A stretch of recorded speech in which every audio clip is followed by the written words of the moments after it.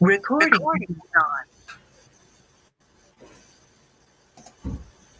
Welcome to the DXdao weekly call, where we talk about the products and product updates and the latest happenings across the DAO. And we usually start with product updates and with Omen. And for that, I will hand it off to Geronimo.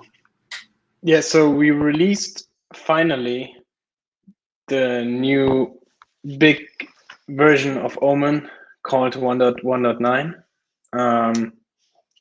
It's a well-polished base application, which can be which is a good base for adding new features to Omen now. I think the proposal is live, and Omen will be updated in a day. So please vote. Please try to replicate the hash.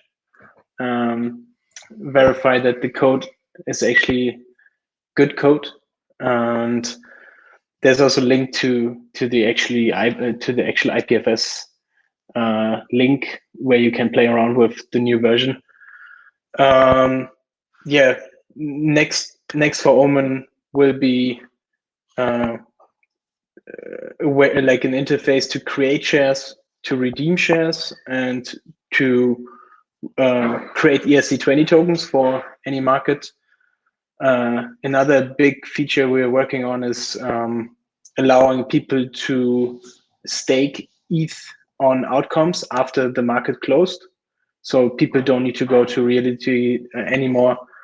Everything should be built in-house in Omen, and so like the user doesn't need to leave to do something. That's something we're actively working on right now. Scalar Markets are looking great already. The creation works, buying and selling designs are implemented. So Scalar Markets are not something we would like. Yeah, Scalar Markets will come pretty soon. So yeah, a lot of stuff in the pipelines, and we're actively working on those things. Any questions? Maybe you could describe Scalar Markets just for those who don't, who might be watching, who don't know what that means. Yeah, so Scalar Markets, as the name says, there will be a scale on a market, and one big use case is prediction markets, where you ask at a point in time, what kind of price will Ether have in terms of USD, for example, and then you can actually with buying or selling, you can set the current predicted price of Ether, so you can have an impact of that needle between the scale. And with Scalar Markets, we can actually have predictions about future prices of currencies. So it's actually a big feature because most of our users are crypto native people, and betting on prices is probably the biggest use case in crypto. So another important thing for that is that with Scalar Markets, we have the possibility to add a variety of Oracle providers, which would enable Scalar Markets to finalize way sooner than the normal process we have on normal prediction markets. So we could use one example is we could try to connect to the Maker Oracle, which is a robust, well-used Oracle provider for the ETH price, and then the Oracle from Maker could finalize a prediction market on Omen almost immediately after the market has been closed. So a lot of stuff can be built on top of Scalar Markets, and it's a good first step for Omen. And just to I was Googling Scalar Markets this week because I wanted to learn more about it. And, just to kind of reiterate how cutting edge this stuff is, like the top Google result for just Scalar Markets is a blog from Veil, which used to be a front end for Augur. And then the second one is an Augur. And then like the fourth one is Gnosis Protocol, talking about Scalar Markets. So this really is like a brand kind of new thing that, doesn't really have even a corollary in like traditional financial markets. Yeah, and to contrast it with what you can do currently with the so-called categorical markets, where there's discrete outcomes, right? Like where, either A, B, or C happens. Either somebody's, candidate A wins or B or C. This is like a whole range of possibilities, like Geronimo said, across a scale. So yeah, so I'm super excited about this. Will be really cool, and yeah, really opens up prediction markets around pricing and any kind of numbers really that kind of could be within a range. So yeah, I forgot one important other thing we are working on is like the DXdao Omen system. It looks like Claros and the Reality.io team are kind of happy with the current system, and the only thing we need to do now is install Omen on Coven, because there is like a DXdao testnet, and yeah, we're gonna test the whole new DXdao Omen version on Coven with the DXdao testnet with the Claros bridge, and that's there's nothing stopping us now. It's like just deploying and making sure Omen is able to connect to DXdao and interact with all those different protocols. So that's the update. I think there's some similarity too on the scalar markets between scalar, like a scalar prediction market around price and options, right? Because you can basically long or short based on the current prediction, and if the price goes up and you are long, then you would see the upside, and vice versa. I might be mixing up my terms or getting this incorrect, but I think one difference though is with the prediction markets, there are bounds on the range, so there's like a limit to the upside that the market can actually pay out, and vice versa, the limit on the downside. So like, for example, if it was, what will the price of Ether be in like 2 months? And maybe it's trading at like 500 right now, but the bounds are like 300 on the low end and like 700 on the high end.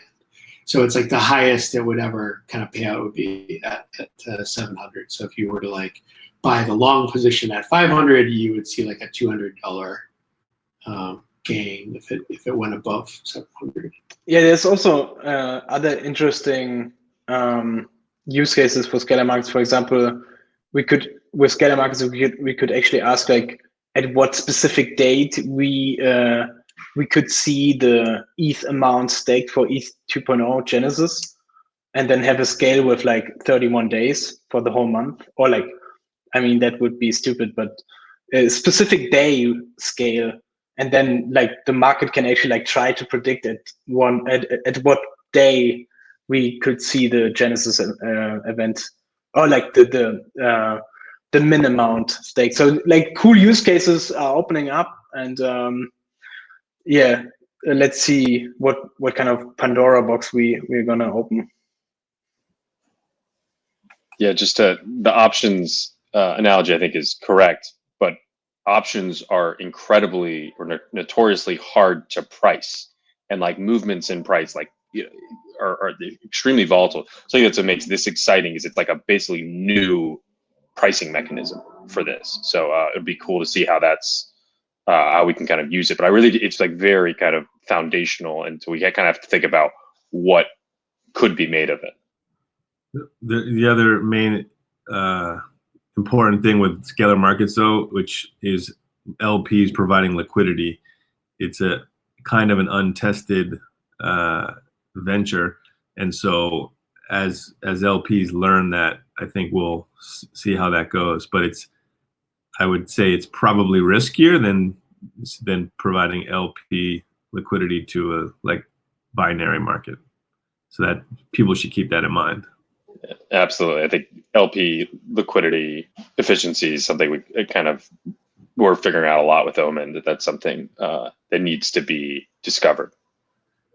Well, if you take the analogy with options, and again, I'm probably a little out of my depth here, but if you look at like how there's a couple options protocols now, or more than a couple on Ethereum, right? There's like Open and Hedgic, and if you go to Hedgic, right, and they're actually like a liquidity pool, like kind of like, so it's kind of like a Uniswap. I like thinking of it as like a Uniswap for options, and they have a liquidity pool of either WBTC or ETH, and they sell call or puts, right? And then the way the pool can make money by selling these options is there's a fee, right? There's basically like a buffer between where that option will actually like net the buyer profit versus netting the seller profit.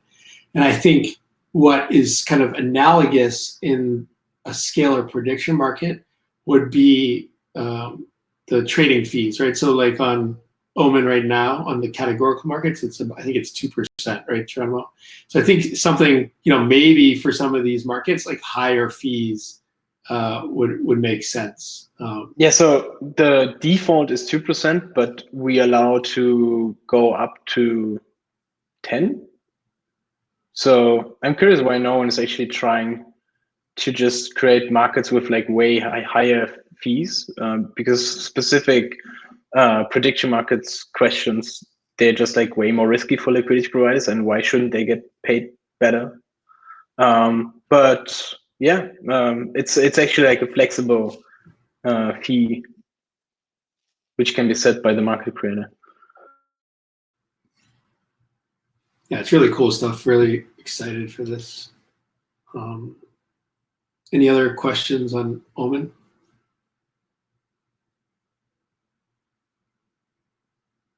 We can go move to Mesa. There's no updates on Mesa, the DApp. There's a new release that's in the works that I think should be finalized today that has some new stuff that we talked about last week.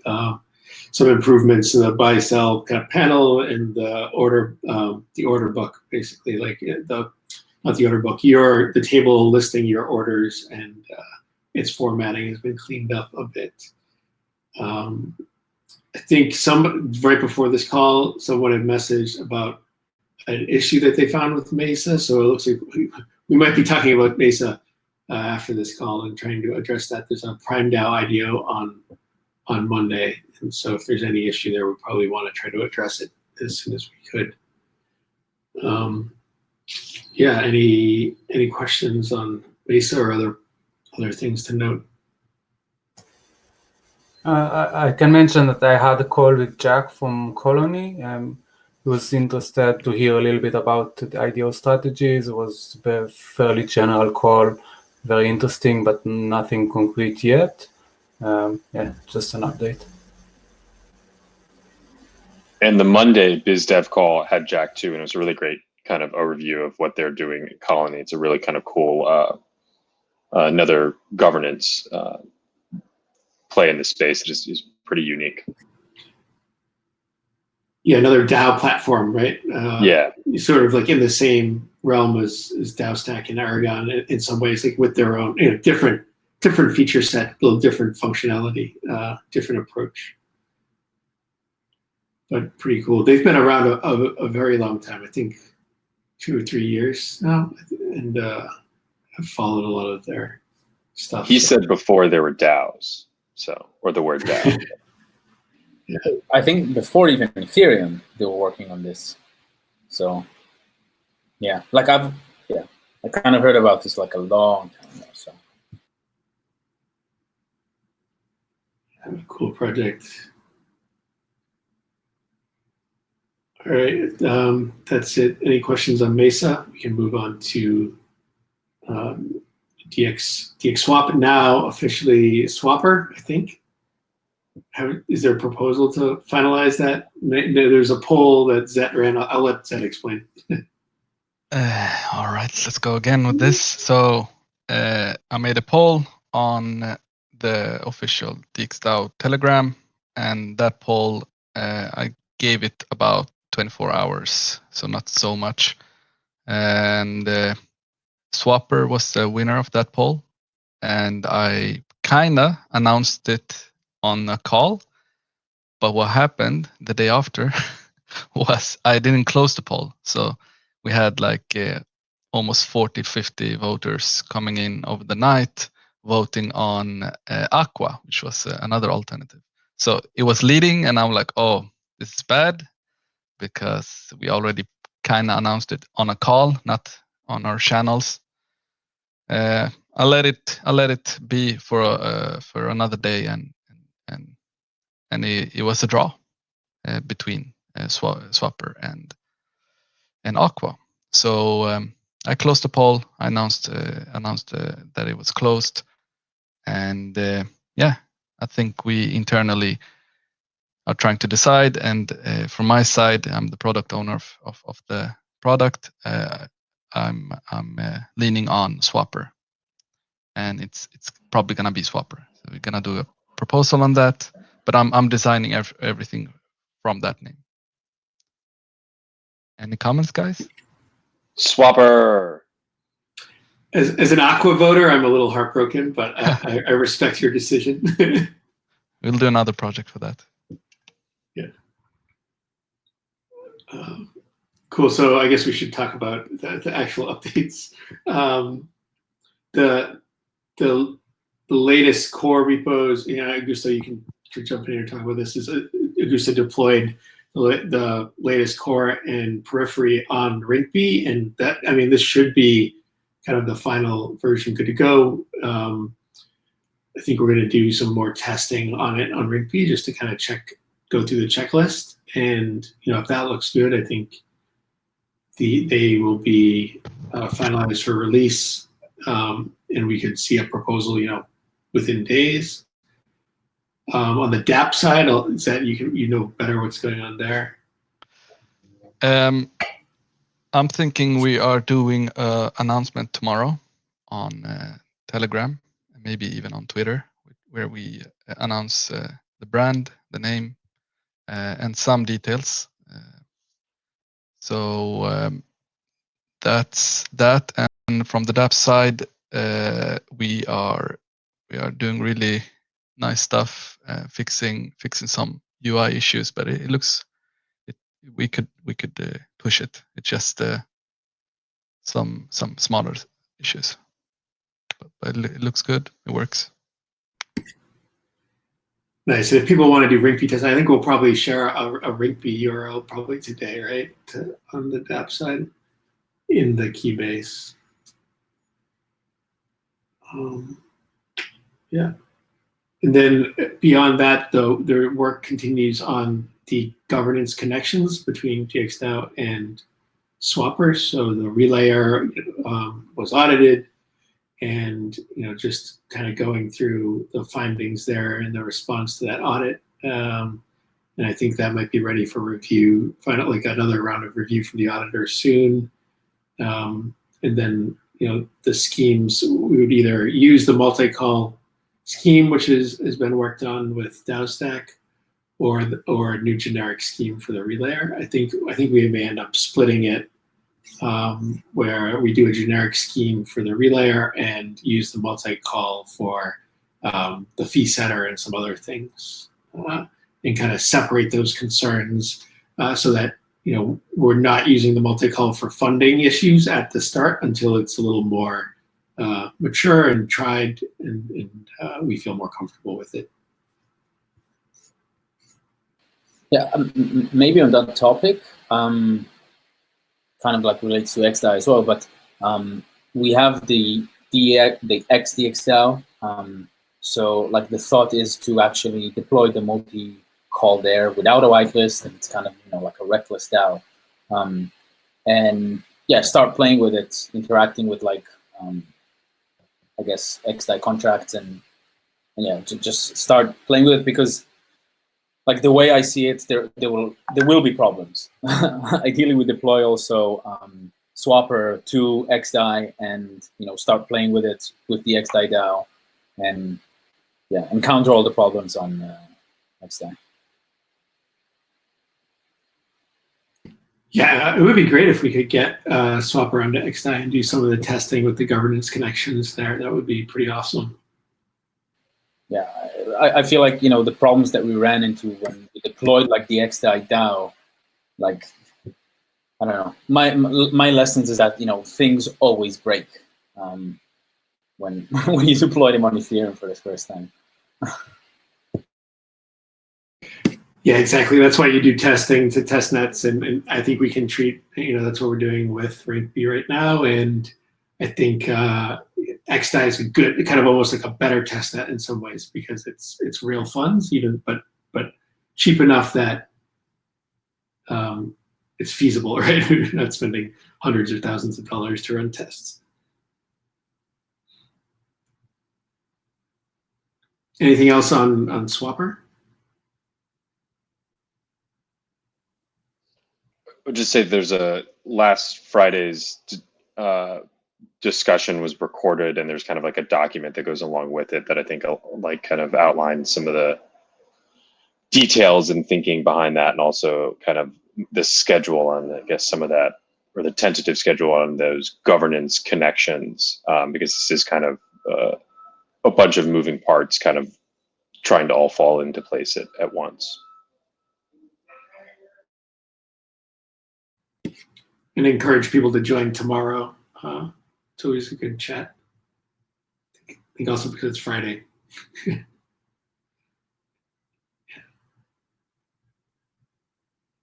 Okay, Federico, I think you're here, right? Yeah. Anything on Rails that you want to share? Yeah, actually, last week I think it was, Sky reported an error when trying to connect on Rails with a status. I've been working on that, trying to solve it. I have progressed on it. I'm still working on it, and at the same time, I'm working more in general on a wallet connection like Flow, which is more in tune with the rest of the UI and UX. So that's pretty much everything as far as Rails is concerned. Yeah, Federico, I don't know if you probably understand it better than I do, but there's like apparently there's a new way like for Web3 injection from some browsers, and that's what Status browser uses. And apparently in a couple months, MetaMask and other wallets will be using the same thing, like Windows Ethereum. And so we, in general, want to make sure that when that change happens, which I never heard about, and I don't know how many people here know about it, if MetaMask is changing to that as well, like you want to make sure that everything that DXdao has works correctly with those changes, and be like not wait till it breaks and then try to fix it afterwards. Yeah, absolutely. Well, actually, I think the problem is not with that specifically right now. The library I'm using is the same one that's used, to enable like Web3, the same that it's used, for example, in Omen, and Omen works with Status as far as I can tell. So I'm trying to understand better what it's not working, but that we should already be ready for those changes. So that's a plus. Yeah, cool. And one more quick note related to Rails. When Loopring 3.6 is out, it's still in audits. It's hopefully by the end of this month could exit audits. We'll just have all those usability improvements in Rails where you could send funds to anybody, not only pre-registered accounts. So we could do a little invigoration of getting the word out there and some promotion. And then, of course, we could start maybe thinking about how else to, just make it a more attractive product and all that. So keep you posted there, but yeah, still in audits. Great.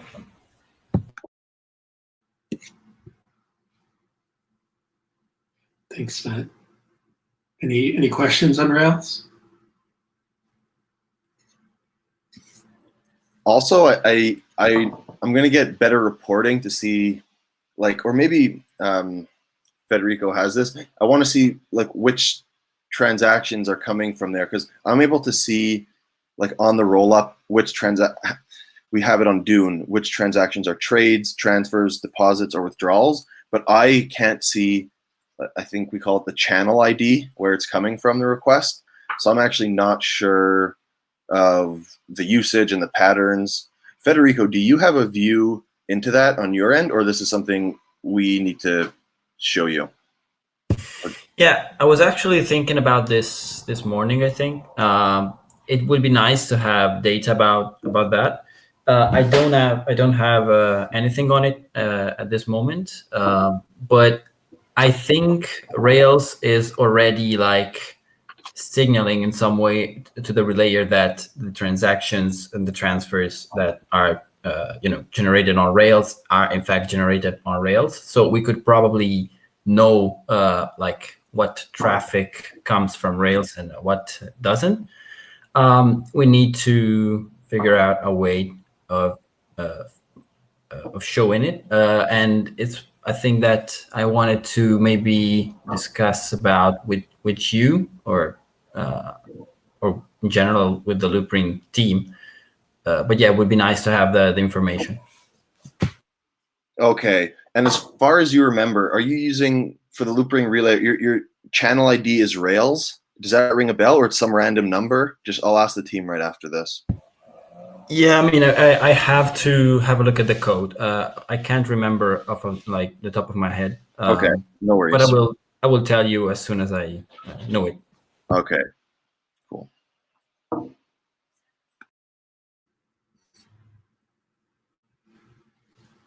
Okay, great. Any questions on Rails from anybody else?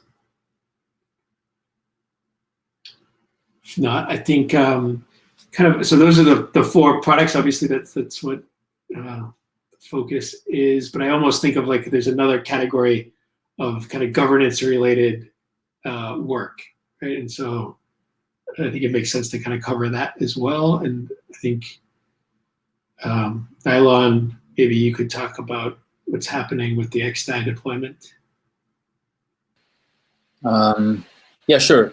We had some issues, we found some bugs, and we ended up redeploying the DXdao. We also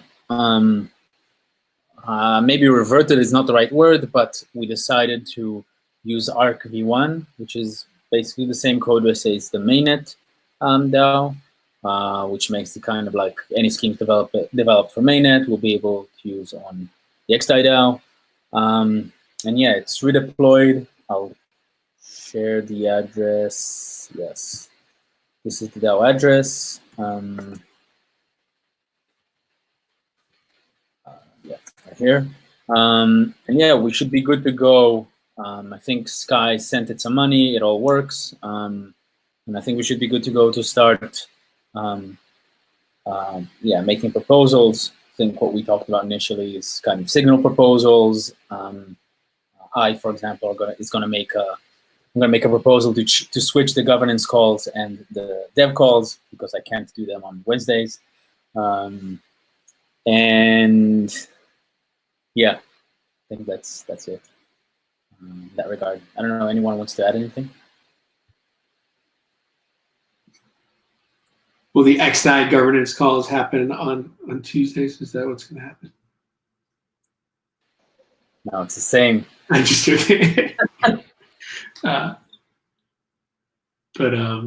yeah, on the ARC1 versus ARC-v2 question there. So we had initially deployed ARC-v2 to XDAI, found some issues with that, and that sort of prompted a deeper discussion about what we were doing on XDAI with ARC-v2. And I think in that discussion, my understanding is we realized that it's probably more important to have all the schemes that have been developed for ARC-v1 available on XDAI as well than it is to like get the few improvements that ARC-v2 had. I mean, ARC-v2 has some nice stuff, but it didn't seem like there was a lot of there weren't enough compelling reasons for DXdao specifically to want to use it on XDAI, compared to having what we already use on mainnet with the requisite schemes that have been developed around it. So yeah, I don't know. Yeah.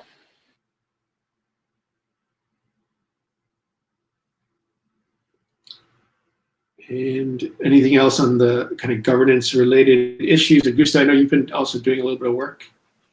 Yeah, yeah. No, yeah. I just wanted to say that I plan to have the ERC20 Git ready to be audited next week, which will be awesome to get audited since it's an important part of our, we can call it governance 1.x, and the DXdao voting up, we were talking a lot about that internally, and looks like it has green light to be developed. I'm going to be the main person that is going to be building it, and I'm going to ask for help when I reach a point where we can start talking about UX, UI features, and start testing internally. So yeah, just wanted to give an update about that.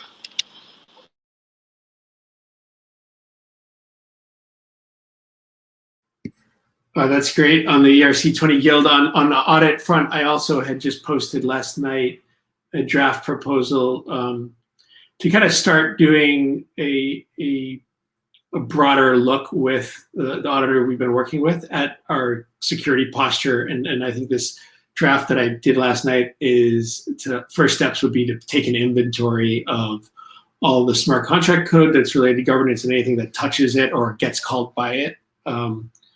And so I think, this would just be kind of a first step. We could do this in chunks and we can evaluate how Phil does and whether we feel like there's real value being added there. But I think it's a good idea if we take a deeper look at kind of, I guess, a broader look at things that we're doing rather than a deeper look, and that we try to articulate a little bit like what the security model is, what the threat model is, what the privilege model is, and also just get organized about where the audits are, where our versions are at, who owns what, and this is also, I think, going to be important in having a clear understanding of how decentralized are we, where might there be some bottlenecks. Having Infura go down yesterday, I think, is a wake-up call to everybody that you need to kind of care about the whole stack that you're using. So anyways, I encourage people to kind of check that post out. ERC20 Guild would be a great audit as well. Excited about that. Yeah, also to start thinking about, next year we are going to do major releases of all our products.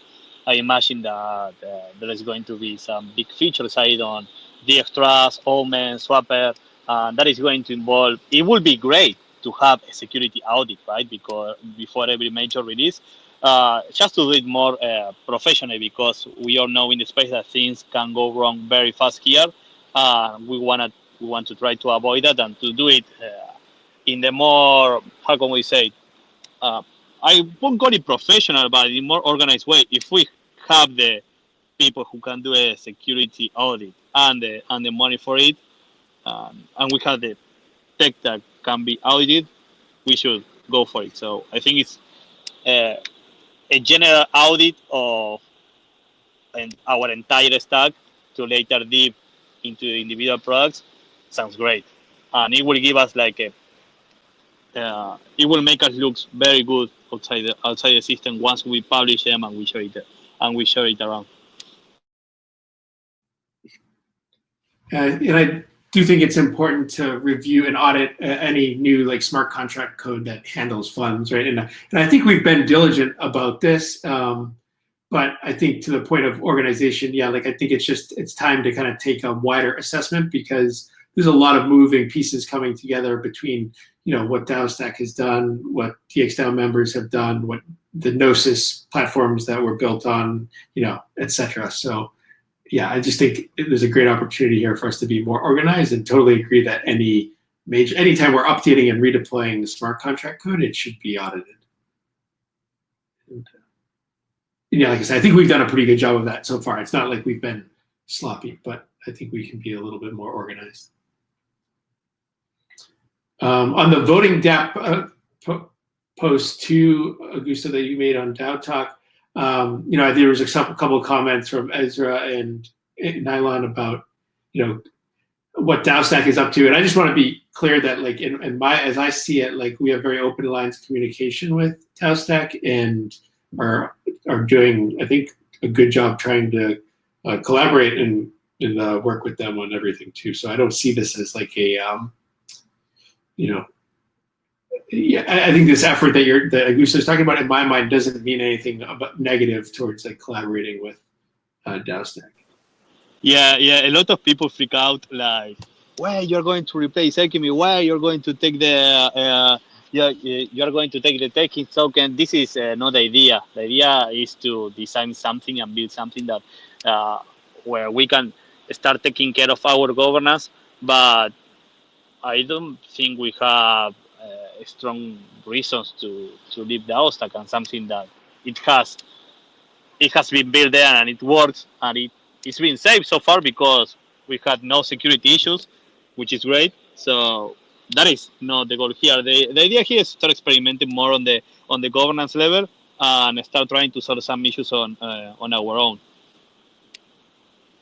Yeah, I guess my question is, and this is actually after I think a few people commented there. My question would be, where should the strategic focus of DXdao be? Like, is this something that should be focused on right now? Is this something that maybe should be looked at more in the future? Do we have other focuses that we should do? And I guess this is unrelated to this specific, like the voting DApp in question. It's kind of like a bigger question of strategy. And what should the top 1, 2, and 3 priorities of DXdao be? So just a few things to think about, because dev time is valuable, and we don't want to, like, we want to put it where it matters the most. So I agree with that, and I was actually following the conversation and thinking kind of in those lines of, what are the kind of most important things to accomplish? But that's not really how like worker contributions work, right? This is kind of like, it's not like the DXdao decides what we should do with Augusto's time, right? In a way, I guess we can kind of like push it into that way. But I wonder how we can kind of like say, maybe it's like we incentivize certain things that we want development work on. But there's only so much kind of capability to direct that, I think, from a DAO level.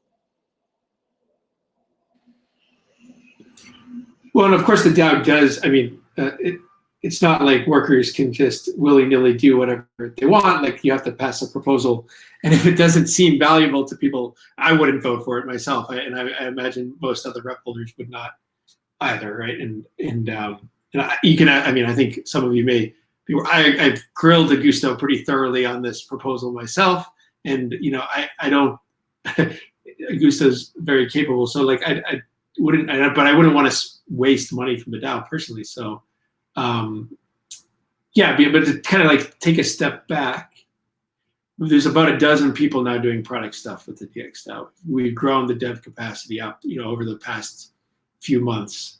And so, what broadly is the strategy? I think that's something we need to work on and kind of articulate better. I think, I've been trying to bring it up on the BizDev call the last couple of times, but it keeps getting dropped at the bottom of the agenda.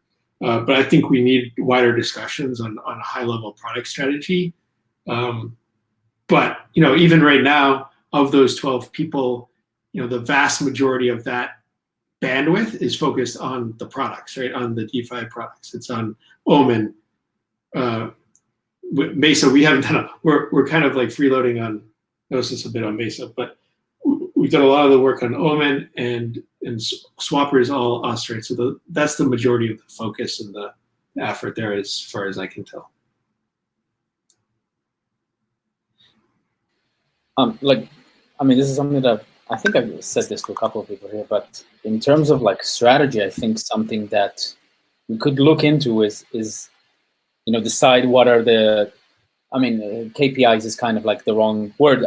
It's really OKRs, and what's the OKRs for DXdao, and then what are the OKRs every person, of every worker that goes to DXdao to kind of like match up to the higher level OKRs. And this could be like an interesting workshop to do. I don't know, with a professional. Can you remind us what? Okay, I haven't worked for a big company in like 10 years, so yeah. So it's objectives and key results. Yeah, and then KPIs is like a subsection of that, which most companies just do that, and they're like, oh, this makes sense. But in the ethos, OKRs make a lot of sense in a decentralized organization because it's all open, everyone can see everyone's OKRs. Could be an interesting thing to bring a professional to actually do this. I was in like a 200 people company and we did it, and I was in a 15 people startup and we did it, and it's just great because everybody's kind of aware of what's the focus and what we need to do. Was it you, me, Powers? We talked about, or maybe me and Sky, I don't remember. We talked about having company-wide, like in the roadmap, having not only like products or steps, but actually goals. And apart from every personal goal we have of doing stuff, like just like we could put those in a roadmap also, and that could be some kind, like when people do their proposals and want to work with us, they can align with those goals instead of creating their own goals. So we have like one goal instead of one product or whatever. So that also could open up for creativity instead of saying we're gonna do this. A goal could open up the creativity to do something different or something totally like new instead of having specific product goals. Yeah.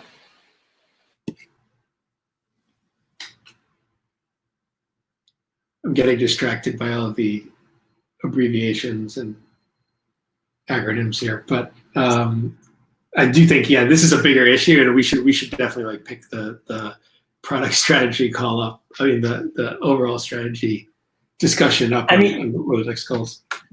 I would summarize in terms of product focus 2 goals: build cockroach apps like Bitcoin first, and second, produce revenue. That's it.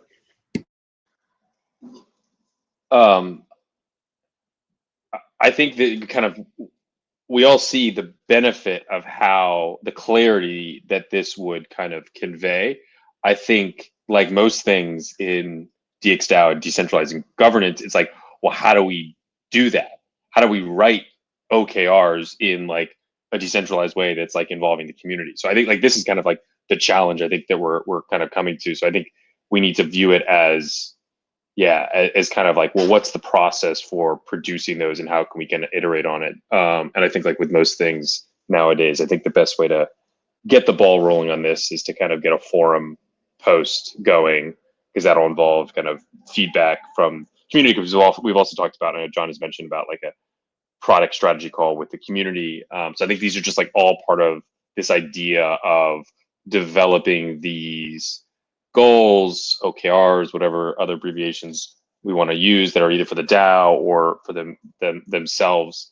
But we have to think about how we create them, because that's like just as important.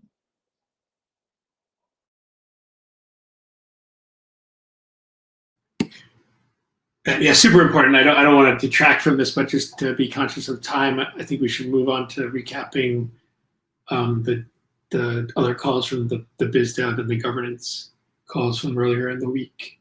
Nylon, do you want to kind of give us the quick? We already talked a bit about Jack and Colony, but maybe you could give us the quick rundown from the BizDev call. Yeah, sure. So I did the first time doing the business call. It was interesting. Added basically a member introduction section at the beginning, which I think could be great, and we can direct any new members to the BizDev call to kind of like introduce themselves. I think that could be great. Other than that, we had Jack from Colony who gave like a really nice introduction to the product, and with a full demo. It looks really nice, really clean. In my opinion, it it's like a big one, right? It's kind of like a very big app from the get-go. But this is kind of like a crypto thing to draw up a gigantic app. So yeah. We have Zed, who spoke about the DXSwap rebrand to Swapper. Lorray talked about a few avenues for Prime DAO collaboration, and then token sharing and token swapping type thing.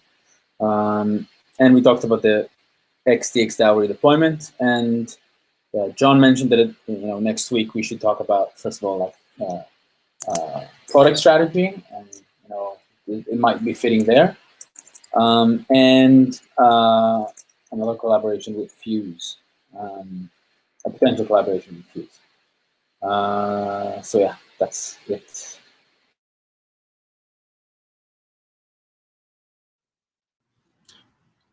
Good stuff. Should we move to the governance call? Sure. Couple things discussed this week.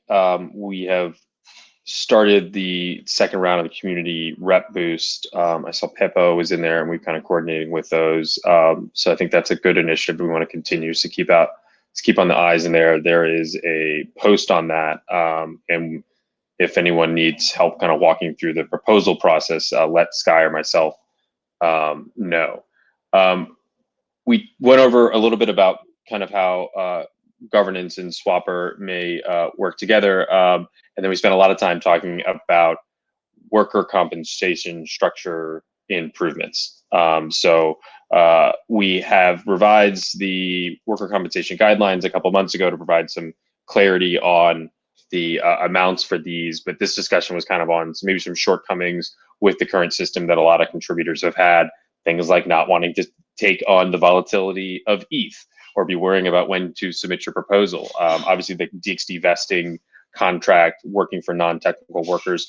So there's a post about that there. I think this is something that we want to make small improvements on, but also make kind of big improvements, because paying contributors and workers and the whole onboarding process is going to be like a core process we do. So please send any feedback or comments to that forum post. And then lastly, just on the governance front, we're having our second meeting for the governance 2.0 group on Tuesday. We had our first meeting about a week and a half ago. I think I shared the Notion board with the notes from those calls. So we'll have the second one Tuesday, and I'll report back here on the results from that. And I think that was it from governance.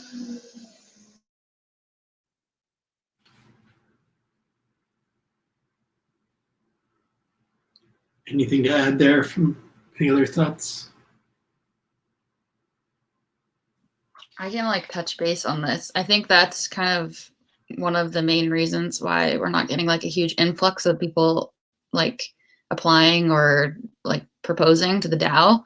So if there's any way that I can help you guys out with that, that'd be awesome, because I think more people would join. So I'll check out the DAO talk thread. Yeah, and it's kind of unfortunate that the way that we're improving is basically everyone that goes through the process talks about how bad it was and how anxious the whole thing was, and that's not good. But it is kind of again, it's not like someone sat down and planned the process to be badly, but that doesn't mean we can't be aware and try to fix it in this way. So hopefully we make some small steps there. Yeah. Yeah, I think that's just in every business, though. You got to learn before you got to crawl before you walk. So, I mean, it's good that you guys are actually changing it up, and this is on a to-do list, because if you didn't change it and it just continued that way, then that would be worse. So I think cut yourself some slack. You guys are really busy, really dev heavy going on. There's tons of projects coming in and out. So, plus you're a DAO, so there's so many complexities within this whole entire ecosystem. So, I mean, I think it's all good. Yeah, well put. We have a little bit of time here before the top of the hour. Is there anything else somebody would like to table or bring up? I don't know if they want to poke their head in, but Peter and Chris from 1KX Capital are on the call, and they've been poking around the DXdao community for a bit, and are just kind of interested in how things are working here. So hopefully they'll be giving some insight on a kind of bunch of different areas and kind of helping out with their perspective. Welcome. Yeah. Hi. Hi everyone. Yeah, happy to join. We've been like monitoring the DXdao for some time. We're like pretty close with Gnosis, and they've been always kind of like telling us, nudging us, okay, like yeah, have a deeper look. There's like a lot of cool stuff going on.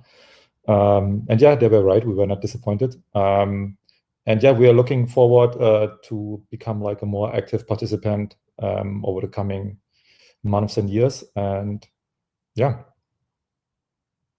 that's pretty much it. Awesome. Great to hear. Yeah, maybe you could tell us a little bit about 1KX. Geronimo is asking in the chat. Yeah, sure. So we are basically like an investment fund. Like it's basically like a VC fund structure, but like the best way to think about us is not really like as a VC fund. We are more like founders with money. So we are like entrepreneurial by background. And we usually also like are very involved in the projects that we invest in. So we actually plan to do the same here as well. Any other questions maybe?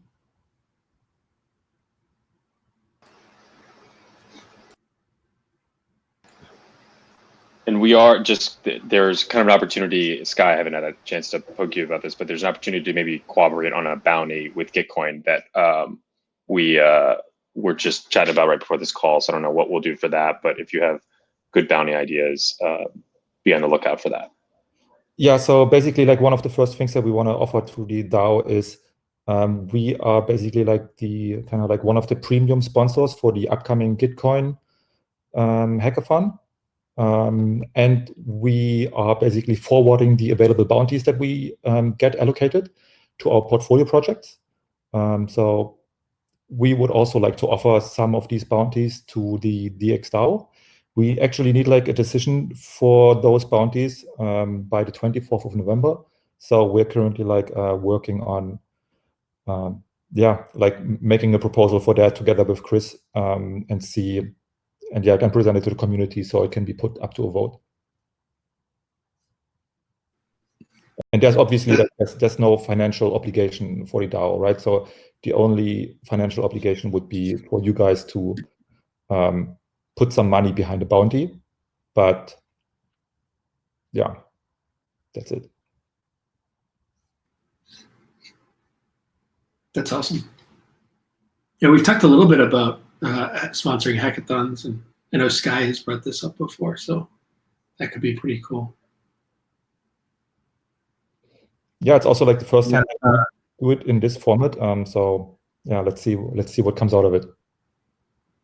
Yeah, it ties in interestingly because so Claros has I guess a virtual conference and a hackathon that's happening in the next couple weeks, I think.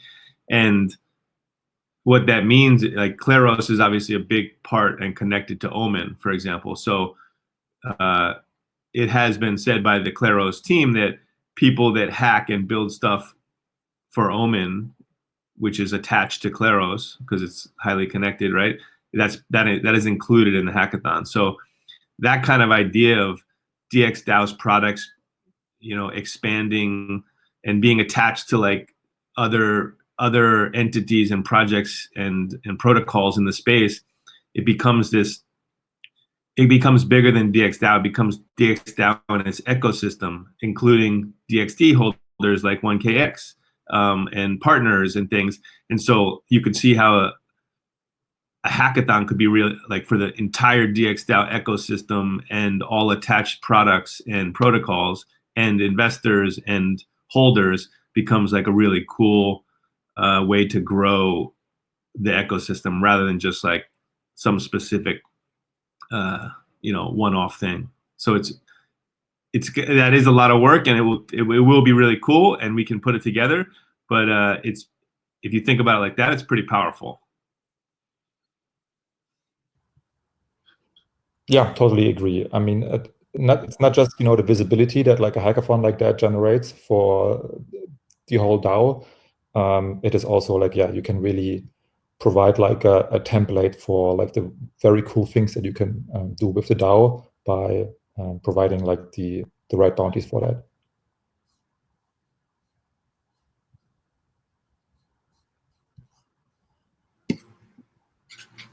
That's awesome. Any other questions? Or I guess we're kind of approaching the hour here, so this might be a good note to wrap up on. But thank you guys, Peter and Chris, for joining. That's great to hear. Looking forward to your involvement. There's plenty to do. I can tell you that. Yeah, saw that already, but I mean, the community is great. I mean, they're like super engaged and want to improve things on a lot of levels. And a lot of times there's not even like financial compensation for them involved. So it's really inspiring to watch what's happening here. Cool. Great. Okay, so let's wrap up here, I guess. Thanks everyone for joining, and see you next week, same time, same channel. See ya. Yeah. Bye-bye. See you guys. Bye, guys.